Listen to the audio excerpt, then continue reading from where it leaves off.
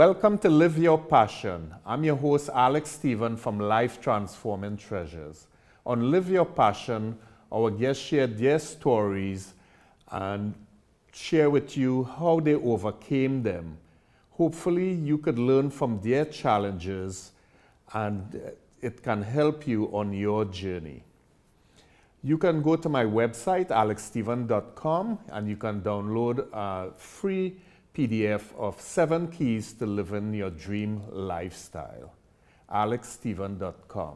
This morning, I want to welcome my guest, Jacqui Senn. Welcome, Jacqui. Thank you. And just tell us a little bit about yourself. My name is Jacqui Senn, and I'm a motivational blogger and speaker. I started writing about 3 years ago just to give back a little bit to other people who might have been going through similar experiences that I have been through. Right. Well, nice to have you here this morning. Thank Welcome. You, And, we start off, tell us a little bit about your story. I know we spoke before, and, not just one thing, but you had like a double whammy happen to you, so you could tell us briefly. Yeah. In September of 2007, I was diagnosed with breast cancer. I actually discovered the lump myself. Mm-hmm. And by December of 2007, it was evident that I was going to have major surgery. In the process of all of this, my husband at the time was non-supportive at all, and I went to all of my doctor's appointments by myself. I found at first I was upset that I had to go by myself, but then as time went on, I discovered that I started rediscovering my own faith. Mm-hmm. And living through my faith is how I made it through that most difficult of time. Yeah. Yeah, so I know we talk about that. It was tough. Tell, the audience a little bit so they could, some of the emotions that went through you when you found out that you had cancer. What went through your mind? When I found out I had cancer, I suspected it was cancer.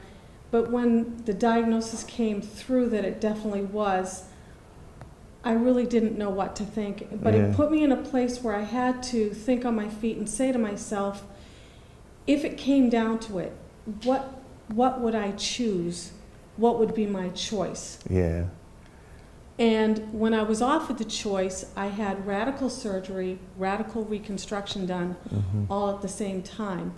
Because by making that choice, it actually saved my life. Yeah.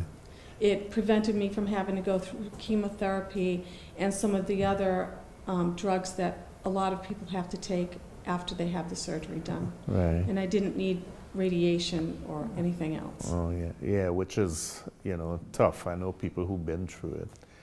And you had 2 kids at the time when this... 2 children, 10 and 13. Yeah.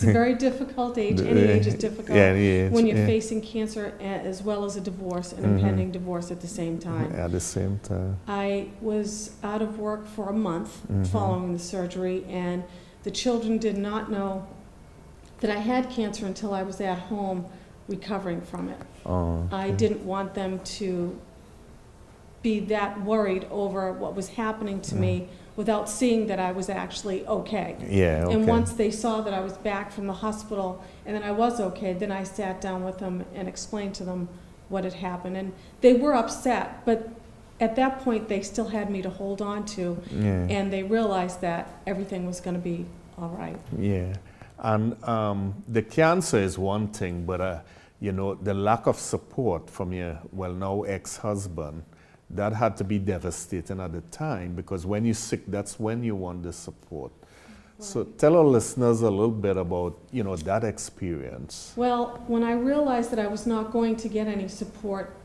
emotionally or physically from him, I actually went into almost a cutoff mode and just realized that I was going to have to save myself. It was almost as though I had been on a boat with somebody and realized that the life raft was only going to fit one person in it, and I was going to have to take off in it by myself. Right. Because I was actually on a sinking ship, and no matter how much I was trying to bail the water, I was not going to save that relationship. And again, I just went to my faith, and I carried my Bible with me everywhere. I read it every time I went somewhere. Every time I started to feel bad for myself, because I was the only person in the waiting room without a partner. I just kept reading the Bible, and I kept talking to the doctors, and I actually enlisted the help of a therapist at the time as well. Okay. And that's really how I made it through. I started talking to the therapist through my problems, how I felt really alone, rejected. And I was reminded that even though I had been rejected by him, I was given a second chance at life. Yes. And that second chance came through surviving the cancer and the surgery. Yeah, yeah. And that's what really brought me through. Yeah. But him not being there for you, you know, people might be going through similar, not the same challenges. Mm-hmm. And I know you embraced it. You embraced it, and you fought, and you realized it's a hard fight. It's a hard very fight. hard fight. Yeah. There were plenty of days that I had tears right beneath the surface. Yeah. When all you had to do was touch me, and I would have broken down in tears. Yeah. But I relied on my family and my friends. Right. And I had my brother, my cousin, and my best girlfriend, and that was my network. Okay. And those are the three people that I relied on, along with my faith. Okay. And every time I felt as though I was beginning to feel bad for myself, I remembered how much I still had to live for. Mm-hmm. I had 2 children who had yet to reach their level of success, Yeah. their potential in life. And it was my job to make sure that they got there. Yeah. Yeah. Even if nobody else was going to help them, I knew I had a second chance, and with every fiber in my being, Yeah. I was going to do whatever it takes to get them to where they needed to go. Yeah, and that's motivation. So with that motivation in you and the faith, you know, you said reading the Bible, keeping up your faith, and you had a small network but genuine people, you know, that get you through. And that's what we want people to hear, is that whatever challenges you're going through, you have to embrace it. You have to realize that you are the primary person who's going to change it. You're the primary person. If someone like Jacqui's ex-husband, you know, he said he's not going to support you, you have to take the lead, That so was to the speak. most difficult lesson in all of Yeah. it. One of the first things I read was that change begins within yourself. Mm-hmm. Easier said than done when you're dealing with someone who's an opposing force in your Yeah. life. And they're continuing to be an opposing force in your life. Yeah. You have to really stand strong and say to yourself, I can't change that person, but I can change how I interact with them. Mm-hmm. I don't have to interact with them at their level. I'll interact with them at the level that I Yeah. want to be at. Yeah. Your If they're choice. here, I'm here, and I Yeah. stay here. Yeah. Yeah, so it's your choice. It's Yeah. always your choice. Always your choice. So I want people, you know, to hear this. You have to make the choice, and even though people not supporting you, you make that decision and ask for help. There are people who want to help. And in asking for help too, you know, I want to emphasize, asking for help is one thing. People love to help, but they want to see people helping themselves. Yes. So that's important. Asking for help is the first step, but you have to try and help You yourself. have to help yourself, and you have to realize that everyone has a limit to how much help they can actually give you, because they are still living their own lives. Yeah, exactly. And they're giving you a piece of what they take as relaxation, they're giving to you in Yeah. the form of assisting you. Yeah. And for myself, that meant that 2 weeks post-surgery, my cousin and his wife transported my children to and from school, because my ex-husband was just too busy with work to do that. And then after that, I had to do it myself, because they had given all the time that they could to transport them back and forth to school, and now I had to jump in Yeah. and pick up where he was not He was willing not- to do. yeah. And that's just the way it was. And Yeah. without really getting into an argument with him, or really saying anything bad to him or about him, I just picked up the pieces of And do what whatever you was had left to do. and did what Yeah. I had to do. Exactly. Yeah. So, you know, with the kids, I mean, that's another challenge there. You know, you had the health situation, then you Right. had the relationship situation, and then you wanted bring your kids up right. So a lot of challenges there. And, you know, tell us a little bit, how was the financial situation at that time? You were not working. I was working, but I wasn't working full-time. I Full-time. actually enrolled into nursing school at Right. the time. And through whatever circumstances he was facing, my ex-husband lost his job. Therefore, the child support stopped. I had to leave nursing school, work full-time to try to pick up the financial pieces of what I wasn't getting, which was an absolute nightmare because I was making substantially less than he was making. One night I was sitting in my living room, and I'll never forget it. I was sitting there and I was saying to myself, how am I going to make it? How am I going to go on? And I realized that even though I didn't have a lot of money, I had a wealth of knowledge about cooking and baking. Yeah. And what I did was I figured out that on less than $50 a week, because I made $10 a year too much for food stamps, on less than $50 a week, I fed myself and the 2 kids with healthy, home-cooked, from-scratch meals. That meant that everybody had to take their food from home, whether you were eating lunch in school or whether you were an after-school activity, it all had to be brought from home. There was nothing extra left over to buy a pizza or a sub with your friends at the local pizzeria or the fast food restaurant. And luckily, my kids both rose to the challenge of that, because a lot of kids would have been complaining. Because kids want to be like their friends. They want to fit in. Yeah. And they want to do and partake and engage in all the activities that their friends are. But that was not the situation we were living in. Exactly. And we had to live our truth and say, listen, we're living good and we're living better than a lot of people are. Yeah. From that point, I think what I'd like to express to everybody else is that even though it may look like you don't have a lot, you have more than you think you do.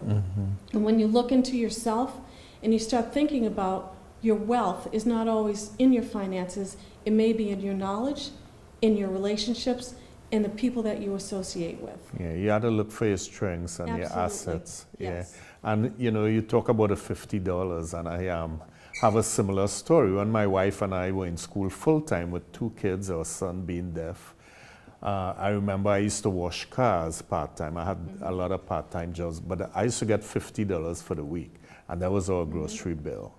And it couldn't go over $50. We used to go to the grocery with the kids. I remember they put in candy and different stuff. And if we go to the cashier and it went over, we had to take stuff off. And I remember my daughter crying and asking why we can't. I say, we just have $50 for grocery. But you know, that changed for us. Once we finished school, we got jobs in corporate America and things turned around. But I knew exactly that $50, you just don't have it. And we didn't know what credit cards were then. We couldn't get them. So everything had to be done cash. So, you know, that's great. So in terms of the, you know, financial support, you didn't have that from your ex-husband. You had to do everything on your own. So it was challenging with the 2 kids. It was very creative. Yeah. I actually contacted the gas company, the electric company, and my telephone company, because we all had cell phones. And my carrier was very, very giving. They allowed me to, instead of paying my bill all at once, I would pay a portion of it weekly. It made it easier for me to manage that way. The electric company was very giving. They allowed me to pay it portionally as well, as did the gas company. I applied for assistance everywhere I could. I was within $5 to $10 a year of being over getting any assistance at all. So it became a very, I've never been in business for myself before, but there I was, an entrepreneur. Yeah, there's this quote, you know, you don't know how strong you are until being strong is your only choice, by Bob Marley, the popular reggae singer. And, you know, we don't know our skills until our back is up against the wall. Then you see things coming out that you didn't know you have in you, strengths and, you know, things that you could do differently to survive. Right. Yeah. And I almost lost the house a few times because I couldn't pay the mortgage. And I was online one night just looking at anything. How do I save my house? How can I get out of this mess? And I called this 1-800 number, and this man said to me, you know, you can modify your mortgage and it's free. And I thought, really? Because every other place I had talked to wanted a certain amount of money up front. Yeah. I didn't have enough money for the mortgage, let alone anything up front. Sure enough, I called and I modified that mortgage down where I could afford to keep the kids in the same home that they grew up in until just this past April. Yeah. You know, that's pretty amazing. Yeah, all the skills. I'm even amazed. Yeah.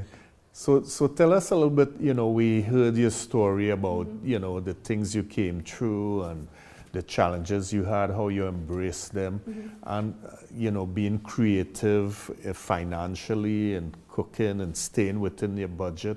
And those are good skills. So even when more money comes along, you have those habits. Right. You know, so you don't go over budget. So it helps, you know, when we go through those experiences, it helps us further in life. So tell us a little bit, you know, some of the things you did, you know, to survive, to keep the kids, you know, going. Well, I have 2 children, and they're both very artistically talented. My daughter's a dancer, and her primary goal in life is to become a dance teacher. She's actually well on her way. She was on her path when the divorce happened. She was in a dancing school. She was on a competition team. So she was already headed on her way. My son was playing musical instruments. He's very gifted academically, and we didn't really know which way he was going to go for a major. Then when he hit high school, his freshman year, I started noticing that he had 1 case in his room for his clarinet. The next thing I know, there was 2 cases, there was 3 cases, there were 4 cases, meaning he was playing that many different instruments. And he was actually branching out into playing saxophones. And one night he said to me, "Mom, I have a new instrument." And I thought, oh goodness, what do we have now? I said, "Well, where is it?" He said, "It's in my room." He said, "It barely fit." I said, "This is good." And there it was, the double bass. Oh boy. He tinkered with that for a little bit, but that went away. But eventually he settled on this instrument. It's called a bassoon, and it's in the woodwind family with the clarinet and the saxophones. He had been playing it for about 6 months, and the fine arts director in the city that we lived in said to me, "I don't know if you can afford it," he said, "but he would actually benefit greatly from some private lessons." And I don't know anything about the bassoon. I didn't know where to begin. But I went online to the Boston Symphony Orchestra, and I emailed one of the bassoonists there. And I had taken a video of my son playing the bassoon, and I attached it to the email and said, "I'm not sure if you're offering private lessons, but my son would benefit greatly from them.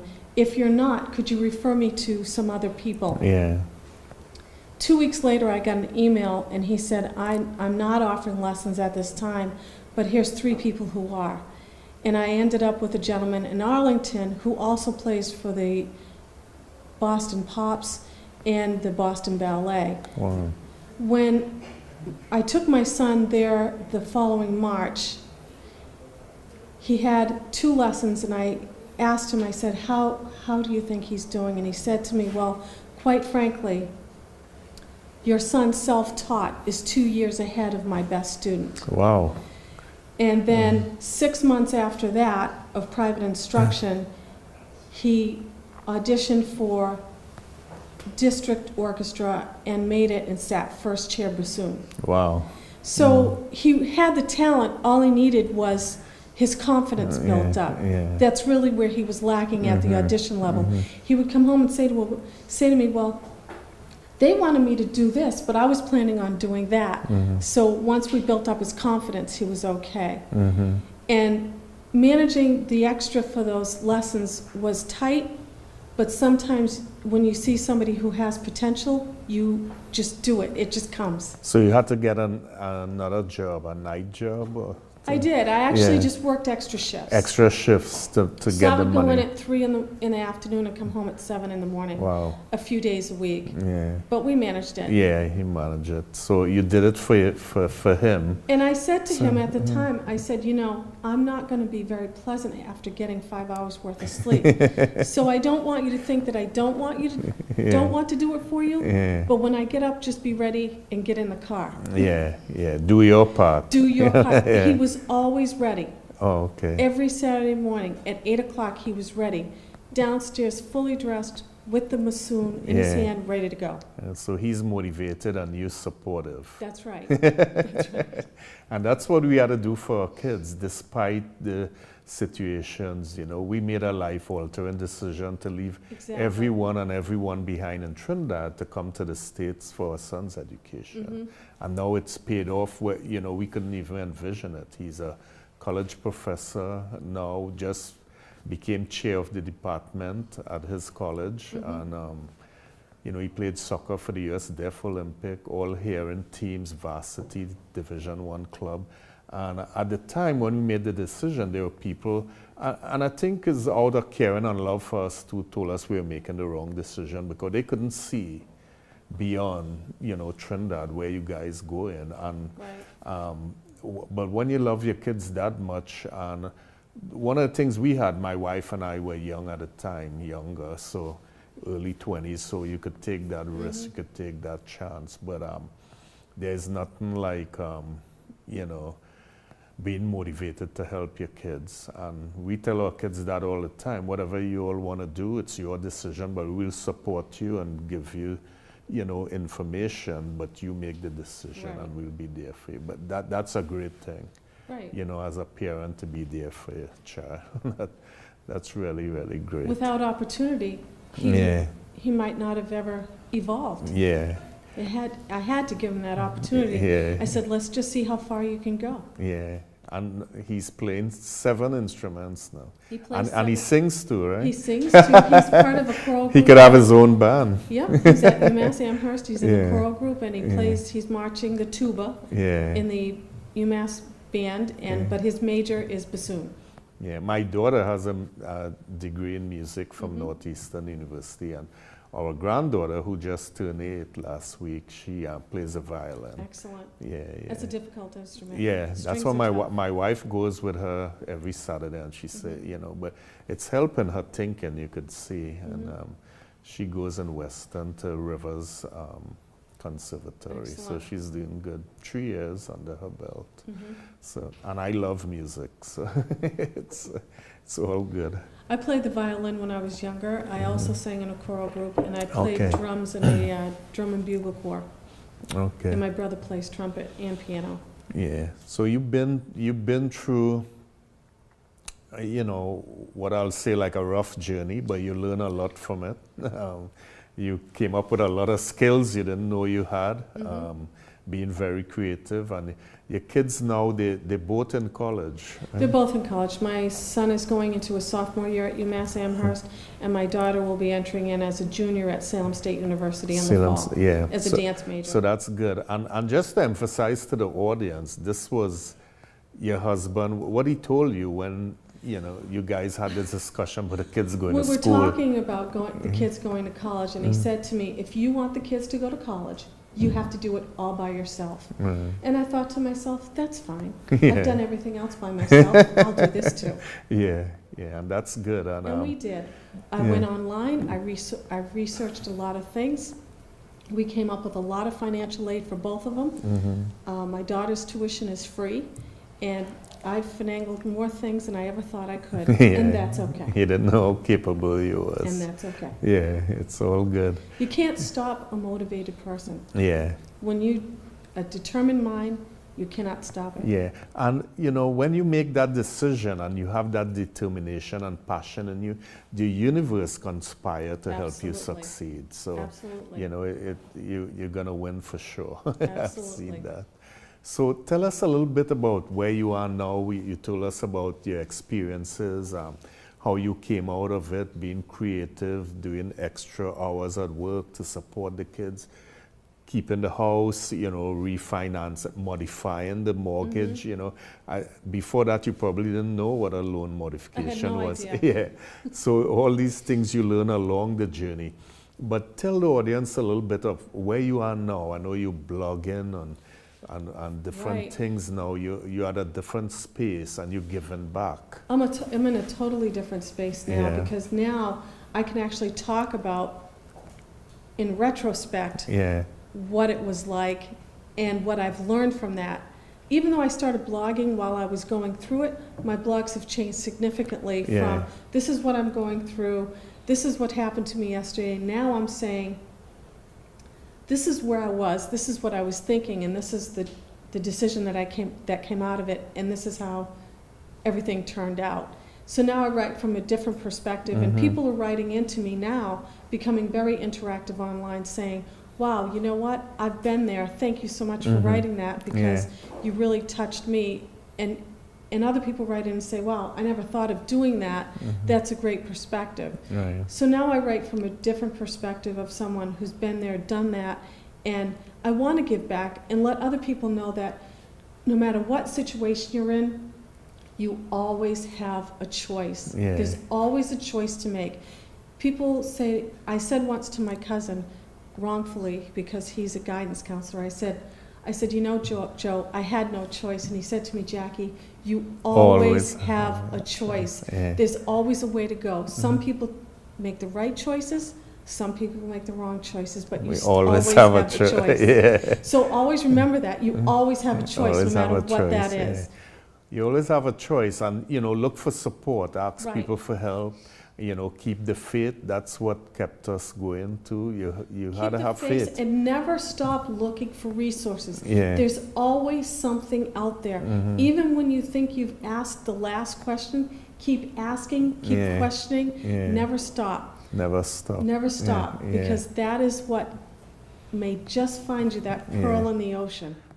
And your kids, they're both doing good in school. And you just sold the house. I just sold the house, just moved. So you're managing well. Managing a lot better. Managing a lot better. So you're in a different space. And I'm in a totally different space, and I'm looking to my future now, where I'm doing a lot more writing. I'm looking for more speaking opportunities, and because now I have more time, I don't have to work 2 jobs. I remember one time, this is a true story, I worked 3 to 11 at the hospital, and I had a little part-time job I picked up. I would work 7 a.m. to 1 p.m., leave that job, then go to the hospital 3 to 11. And one day, I was at the hospital 3 to 11. They said, can you work 11 to 7? And I said, wait. I called my other job and I said, am I on in the morning? And they said, absolutely not. I said, perfect. I said, I'll stay 11 to 7. I came out of work at the hospital at 7 a.m. My phone was ringing from the nursing home saying, you're supposed to be here. I actually worked 24 hours in a row. Wow. And before I went home and got some sleep. Great experiences, great experiences.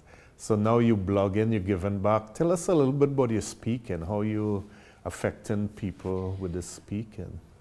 Sometimes, depending on the speech, some of my speeches are about actually going through the breast cancer, going to all of the appointments. That particular speech evokes a lot of emotion in a lot of people in the audience. Sometimes when I give that speech, I don't actually look directly at the audience because I find myself getting a little choked up, watching them getting choked up, but there's a lot of handkerchiefs exchanged in that particular speech because it resonates with so many women, and it's such a personal experience for women because it's part of who we are, our sexuality, and defining us as women.